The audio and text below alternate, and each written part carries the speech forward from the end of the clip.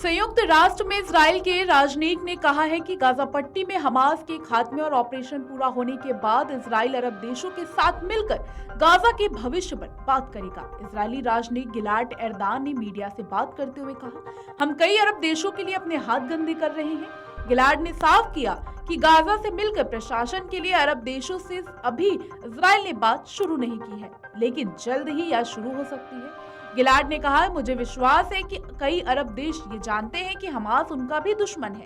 वह जितना हमारा दुश्मन है उतना ही वह कई नरमपंथी मुस्लिम देशों का भी दुश्मन है। गिलाड ने यह भी कहा कि इजराइल गाजा में संयुक्त राष्ट्र के नेतृत्व में अंतर्राष्ट्रीय बलों की तैनाती को स्वीकार नहीं करेगा। गिलाड ने इजराइल हमास युद्ध को लेकर संयुक्त राष्ट्र के स्टैंड की भी तीखी आलोचना की और गाजा के मौजूदा संकट का ठीकरा संयुक्त राष्ट्र पर फोड़ा। गिलाड ने कहा कि हमास द्वारा गाजा पट्टी को युद्ध की मशीन में बदलने में भी संयुक्त राष्ट्र की बड़ी भूमिका है। गिलाड ने मीडिया से बात करते हुए बड़ी बात कही। उन्होंने कहा कि मौजूदा युद्ध को जीतने के बाद इजराइल संयुक्त राष्ट्र के साथ अपने संबंधों पर गंभीरता से विचार करेगा।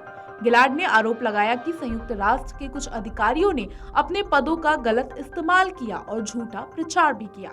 संयुक्त राष्ट्र के अधिकारियों की नाक के नीचे 16 साल तक हमास अपनी गतिविधियां चलाता रहा। अंतर्राष्ट्रीय दबाव को लेकर गिलाड ने साफ किया कि जब तक इजराइल हमास का खात्मा नहीं कर देता तब तक नहीं रुकेगा।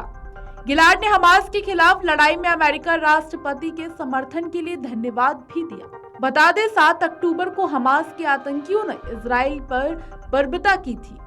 कई वीडियो भी सामने आए थे जिसमें बेरहमी से उनकी जान ली है। एक वीडियो में एक बेहद चौड़ी सड़क नजर आ रही थी जिसमें कारों को उस तरह से खड़ा किया गया कि पूरी सड़क की ब्लॉक हो गई। इस ब्लॉक सड़क में हमास के आतंकी एक खुली जीप में बैठकर आते हैं और ताबड़तोड़ फायरिंग शुरू कर देते हैं। आतंकी वहां खड़ी कारों के ऊपर चढ़ जाते हैं और निशाना लगाकर लोगों को चुन चुन कर मारते हैं।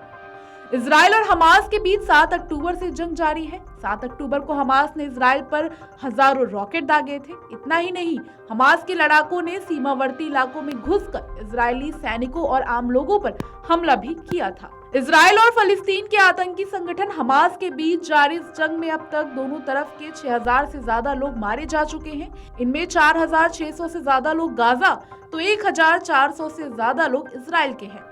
जंग शुरू होने के बाद से अब तक गाजा में 14000 से ज्यादा लोग घायल हो चुके हैं। इस युद्ध ने वैश्विक राजनीति में खलबली मचा दी है।